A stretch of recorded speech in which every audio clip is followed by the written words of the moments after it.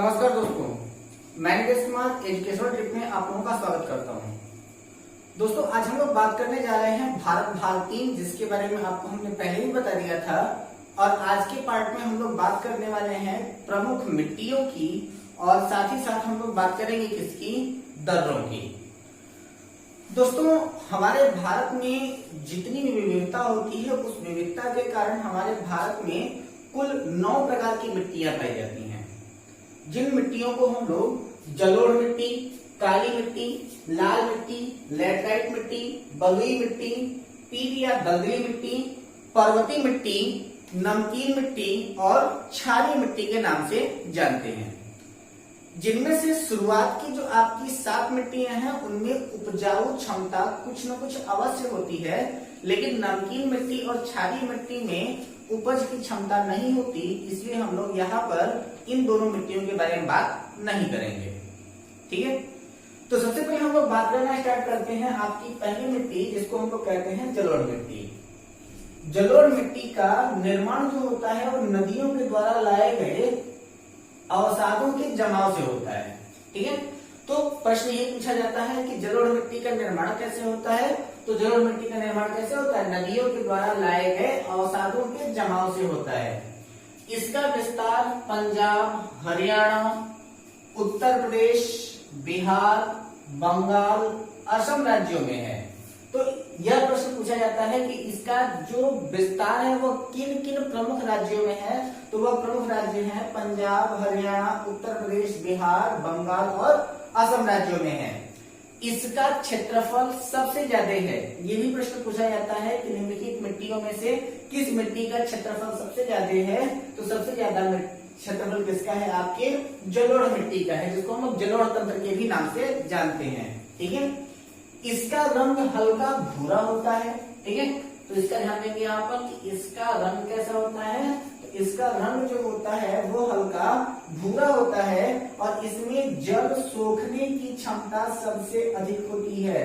तो यहाँ पर 2 प्रश्न पर बनता है कि निम्नलिखित में से जल सोखने की क्षमता किस मिट्टी में ज्यादा होती है, और दूसरा होता है कि किस मिट्टी में जल आरोहण की क्षमता सबसे ज्यादा होती है। तो जल सोखने की क्षमता जो होती है सबसे ज्यादा आपके जलोढ़ मिट्टी में होती है, और जल आरोहण की सबसे ज्यादा क्षमता जो होती है वो आपके काली मिट्टी में होती है। ठीक है, इसके प्राचीन क्षेत्र को बांगर कहते हैं, यानी कि ये जो आपकी जलोढ़ मिट्टी है, इसी मिट्टी को हम लोग काप मिट्टी के भी नाम से जानते हैं।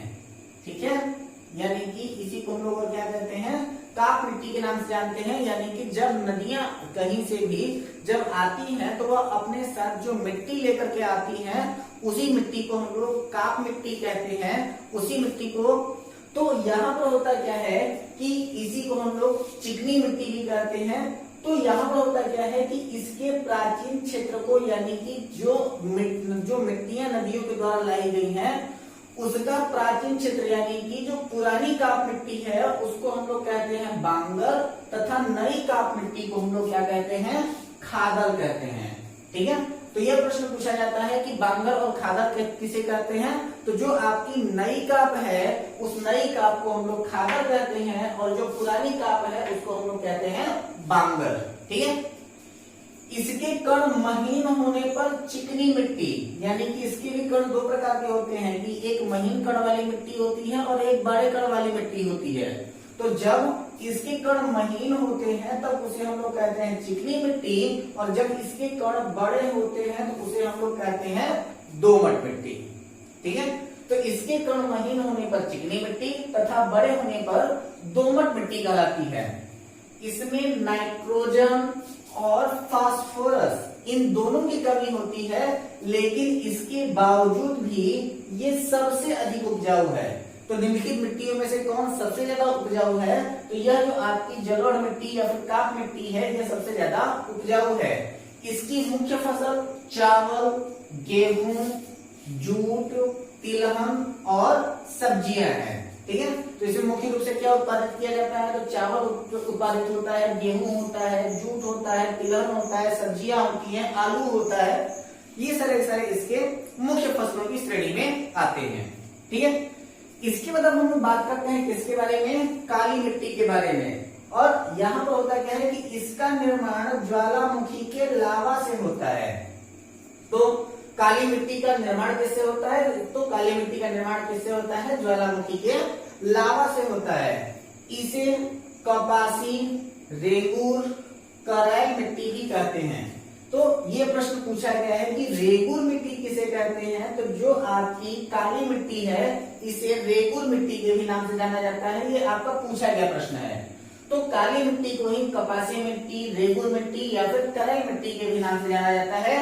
इसमें कपास, चुकंदर, गन्ना आदि का उत्पादन सबसे ज्यादा होता है। ठीक है, इसमें जल आरोहण की क्षमता तथा जल अवरोधन की क्षमता सबसे अधिक होती है।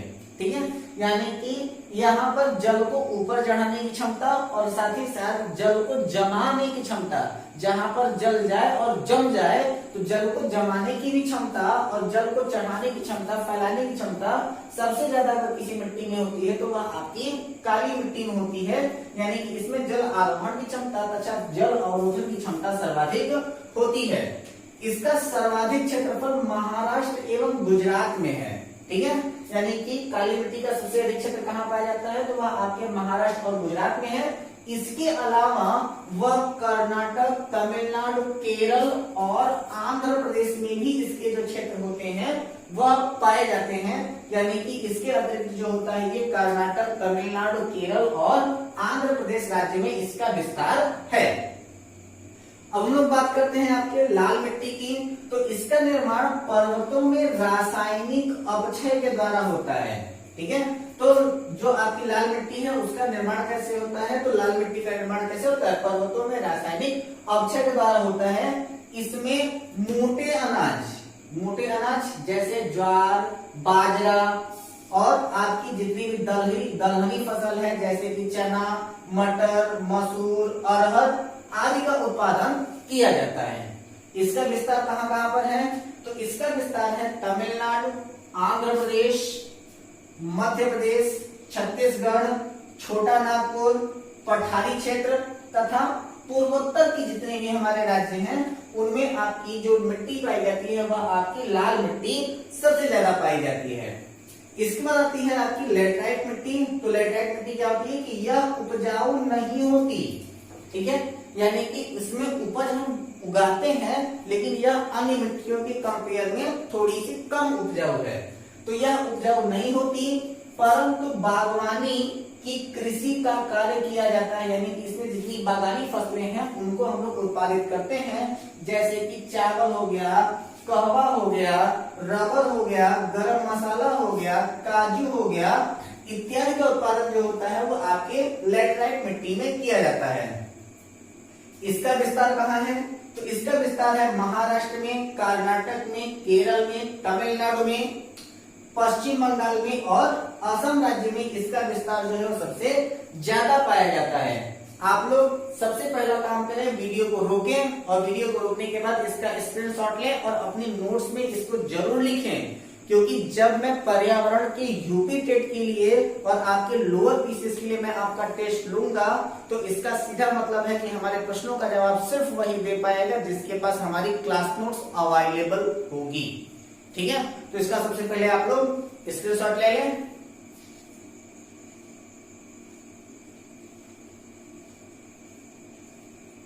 तो आई थिंक हो गया होगा। तो सबसे पहले हम लोग अगली मिट्टी के बारे में बात करते हैं जिसे हम लोग कहते हैं बलुई मिट्टी। बिठा देता हूं मैं इसको।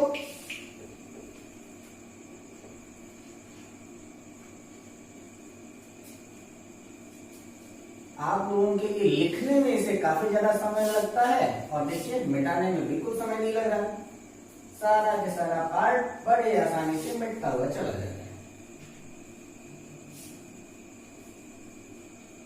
और आप लोग भी हमारी इस मेहनत को ध्यान दें और ध्यान देने के साथ साथ अगर आपने अब तक भी हमारे चैनल को सब्सक्राइब नहीं किया है तो आप लोग प्लीज हमारे चैनल को सब्सक्राइब जरूर करें। चलिए बात करते हैं हम लोग आपके बलुई मिट्टी की।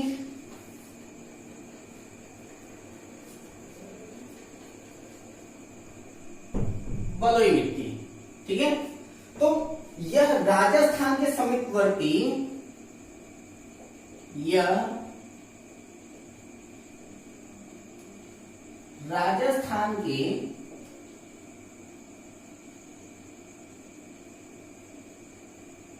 समीपवर्ती शुष्क क्षेत्रों में पाई जाती है।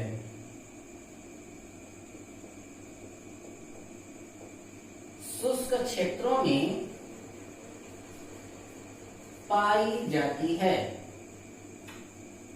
ठीक है, जिसमें सिंचाई के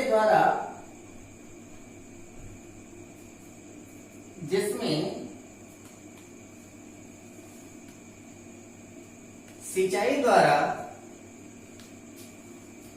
तिलहन, दलहन, मोटे अनाज,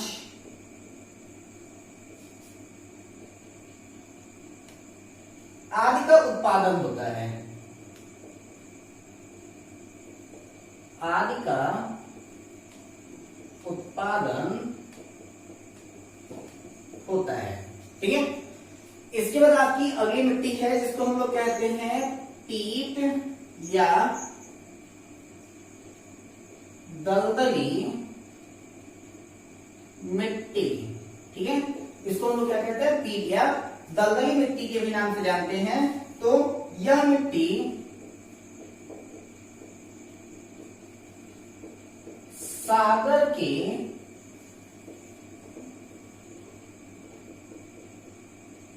तटवर्ती भाग में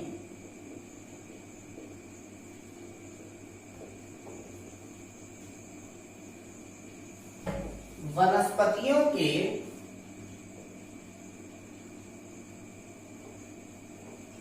सड़ने से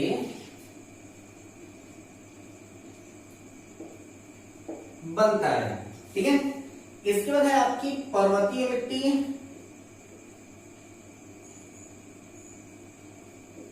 पर्वतीय मिट्टी, तो ये क्या होता है कि इसका निर्माण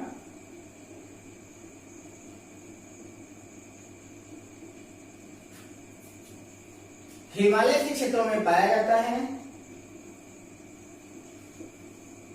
हिमालय के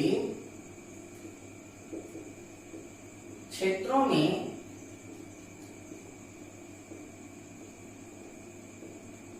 पाया जाता है, जो अपरिपक्व मिट्टी होती है, ठीक है। तो जो आपकी बलुई मिट्टी है वो कहां पर होती है, तो यह राजस्थान के समीपवर्ती क्षेत्रों में पाई जाती है। और बलुई मिट्टी से सीधे पता ही चल रहा है कि यह कहां होती है, आपके शुष्क क्षेत्रों में पाई जाती है।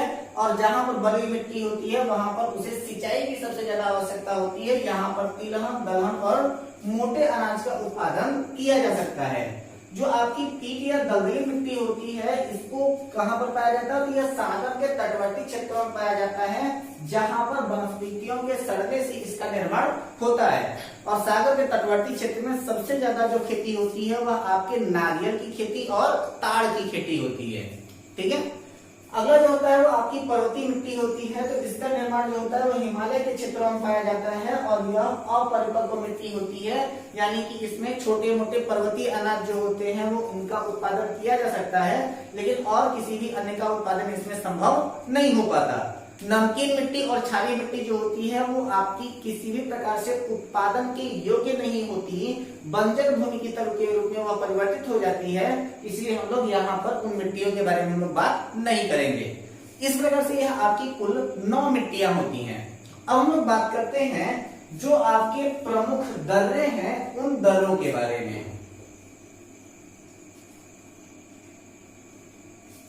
दर्रों से भी आपसे कई बार प्रश्न पूछा गया है, खासकर आपके सुपर टेट की परीक्षा, आपकी पीसीएस की परीक्षा और जो आपका टेट का ज्योग्राफी का सेंटर है उसमें आपके दर्रे से प्रश्न बार बार पूछे जाते हैं।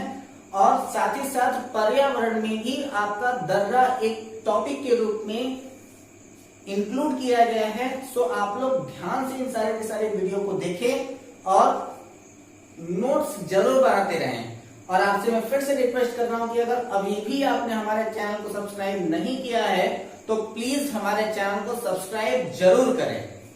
चलिए बात करते हैं हम लोग दर्रे की। तो जो आपके प्रमुख दर्रे होते हैं तो वो होता क्या है कि किन्हीं भी दो पहाड़ियों या फिर दो पर्वतों के बीच का जो रिक्त स्थान होता है उसको हम लोग क्या कहते हैं, दर्रा कहते हैं। और इन दर्रों के बारे में हम लोग कुछ महत्वपूर्ण दर्रों की बात करते हैं और इसके बाद फिर जो इसके लिए इंपॉर्टेंट टॉपिक हैं जहां से कुछ महत्वपूर्ण प्रश्न पूछे जाते हैं। पहले तो आपके दर्रे से सीधे प्रश्न पूछे जाते हैं, साथ ही साथ और इनके साथ में जो इंपॉर्टेंट फैक्ट होते हैं वहां से भी प्रश्न पूछे जाते हैं। तो इनके बारे में हम लोग यहाँ पर देख लेते हैं। तो सबसे पहले है आपका काराकोरम।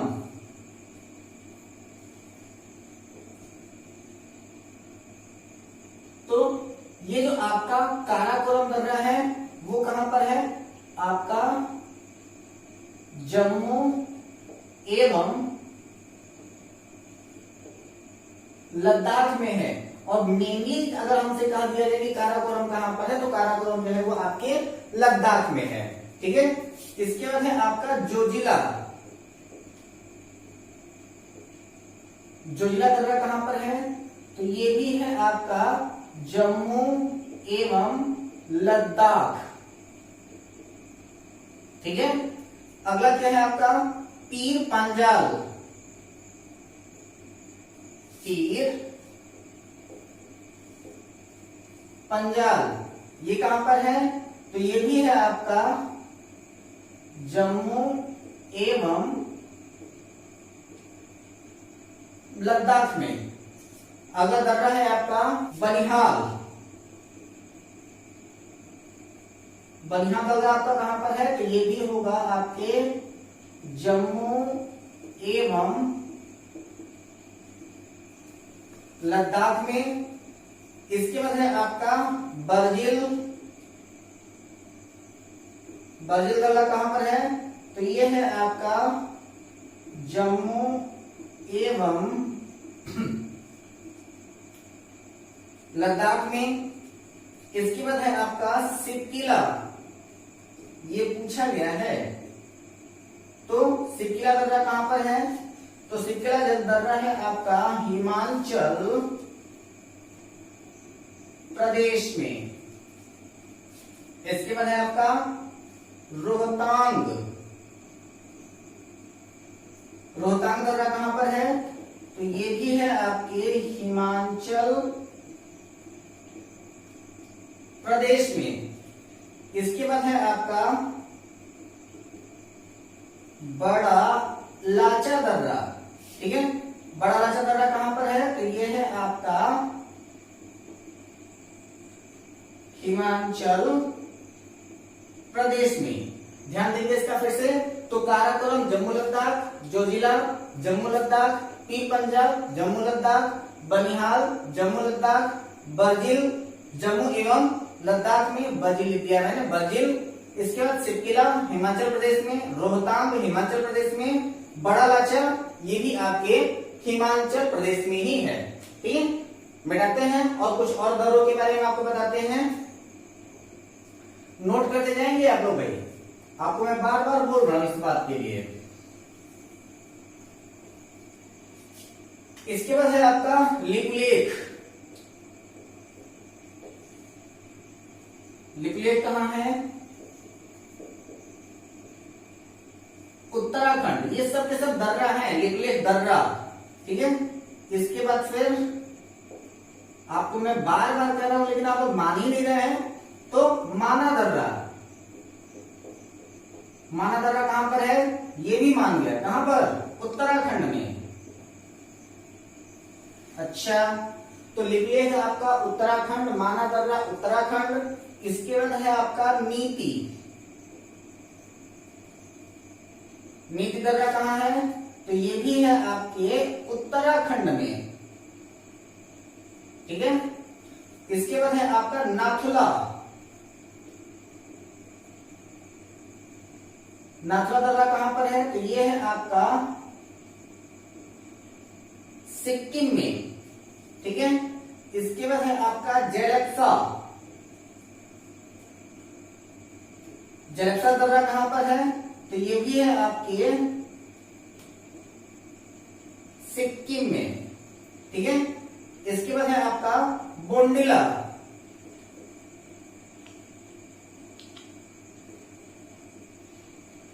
बोंडिला दर्रा ये कहां पर है आपका? अरुणाचल प्रदेश में, ठीक है। इसके बाद है आपका याग्यांग। याग्यांग दर्रा कहां पर है? तो ये भी है आपका अरुणाचल प्रदेश।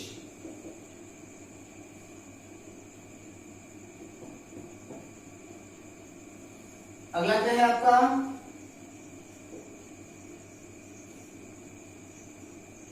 दीप दर्रा। दीप दर्रा कहां पर है आपका? अरुणाचल प्रदेश में, ठीक है। इसके बाद है आपका तुर्जू।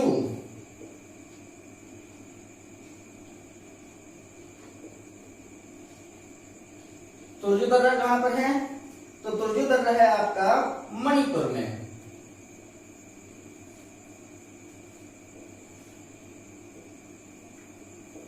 ये सारे के सारे जितने भी दर्रे हैं वो आपके हिमालय पर्वत के ही अंतर्गत आते हैं। तो आपका लिपलेख उत्तराखंड, माना दर्रा उत्तराखंड, नीच दर्रा आपके उत्तराखंड में, नाथुला दर्रा सिक्किम में, जेलेप्सा दर्रा सिक्किम में, बोंडिला दर्रा अरुणाचल प्रदेश में, यांग्यांग दर्रा अरुणाचल प्रदेश में, दीप दर्रा आपके अरुणाचल प्रदेश में, और तुर्जू दर्रा जो है वो आपका कहां पर है? आपके मणिपुर के अंतर्गत आता है। तो आप लोग इसको सबसे पहले स्क्रीनशॉट ले लें, इसको नोट कर लें, और इसके बाद हम लोग दर्रे के बारे में और कुछ अदर फैक्ट के बारे में हम लोग कुछ वन लाइनर के बारे में भी हम लोग बात कर लेते हैं। तो जो आपका वन लाइनर है उसमें सबसे पहला पूछा गया प्रश्न है आपसे कि इनमें जो लास्ट में मैं आपको बता रहा हूं ये सबके सब आपके वनडे एग्जाम में पूछे गए प्रश्न है। तो सबसे पहला पूछता क्या है कि अरुणाचल प्रदेश और असम के बीच का सीमा कौन बनाता है? तो ये है आपका संकोश नदी। संकोश नदी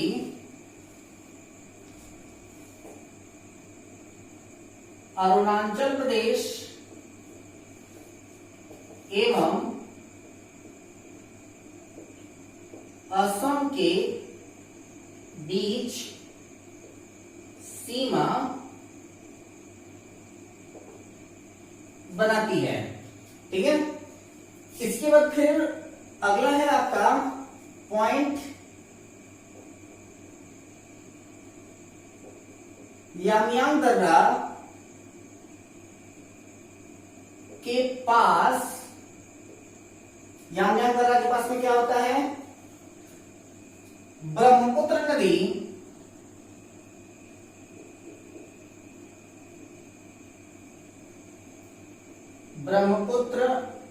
नदी भारत में प्रवेश करती है, ठीक है। तो यामयांग दर्रा के पास में क्या होता है कि ब्रह्मपुत्र नदी जो होती है वो भारत में प्रवेश करती है, ठीक है। इसके बाद है आपका जोजिला दर्रा। जोजिला दर्रा का निर्माण सिंधु नदी द्वारा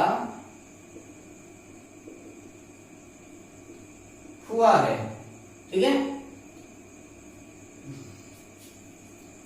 तो आपका जोजिला दर्रा का निर्माण किसके द्वारा हुआ है? तो जोजिला दर्रा का निर्माण जो है वो आपके सिंधु नदी के द्वारा हुआ है। इसके बाद जो आपका सिक्किला दर्रा है,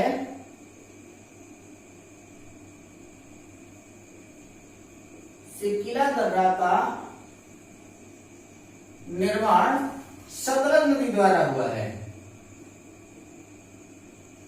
सतलज नदी द्वारा हुआ है, ठीक है। इसके बाद है आपका जलेप्सा दर्रा,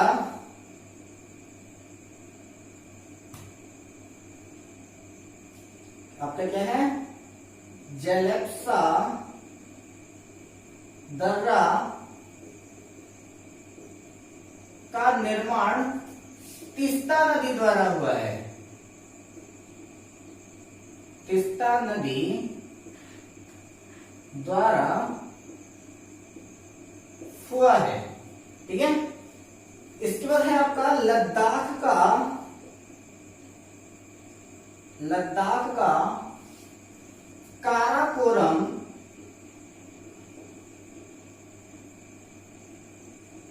दर्रा भारत का सबसे ऊंचा दर्रा है, ठीक है। ऊंचाई कितनी है इसकी, 5624 मीटर, ठीक है। यहां से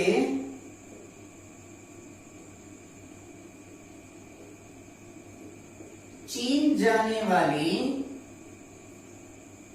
सड़क बनाई गई है, सड़क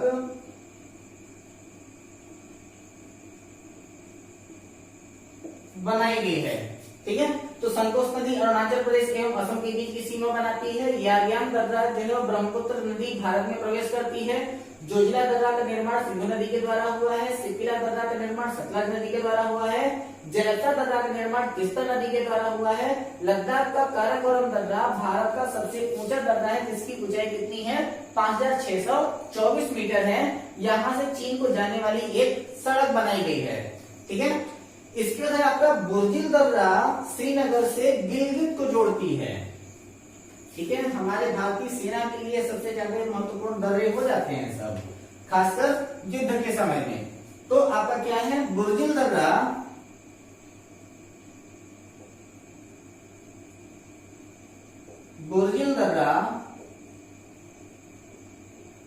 श्रीनगर को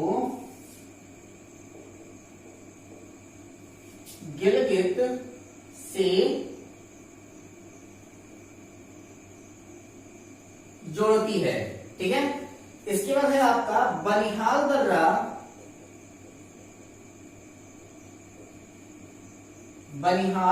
दर्रा, जम्मू से श्रीनगर,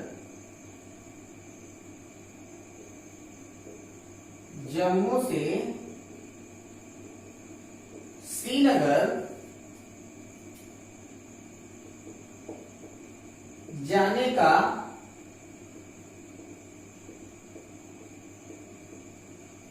मार्ग बनाती है और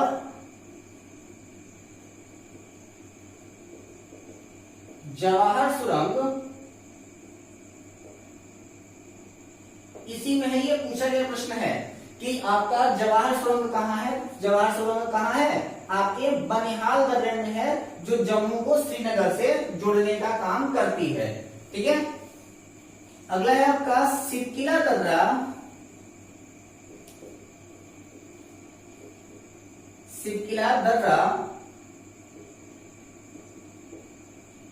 शिमला को तिब्बत से जोड़ती है। ये भी आपका पूछा गया प्रश्न है कि सिपिला दर्रा किसको जोड़ती है। तो सिपिला दर्रा जो है वो आपके शिमला को तिब्बत से जोड़ने का कार्य करती है, ठीक है। इसके बाद है भारत में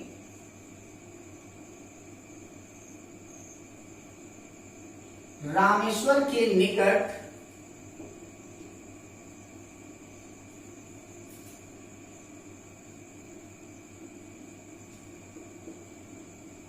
धनकोड़ी और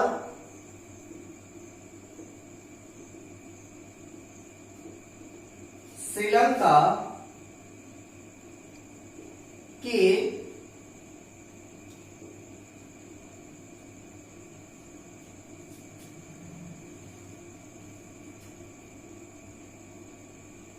तलैया मन्नार, तलैया मन्नार के बीच समुद्र में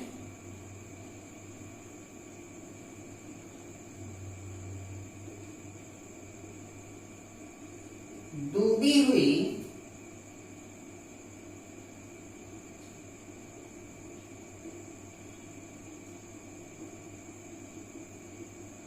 प्रवाल भित्ति की एक रेखा है जिसे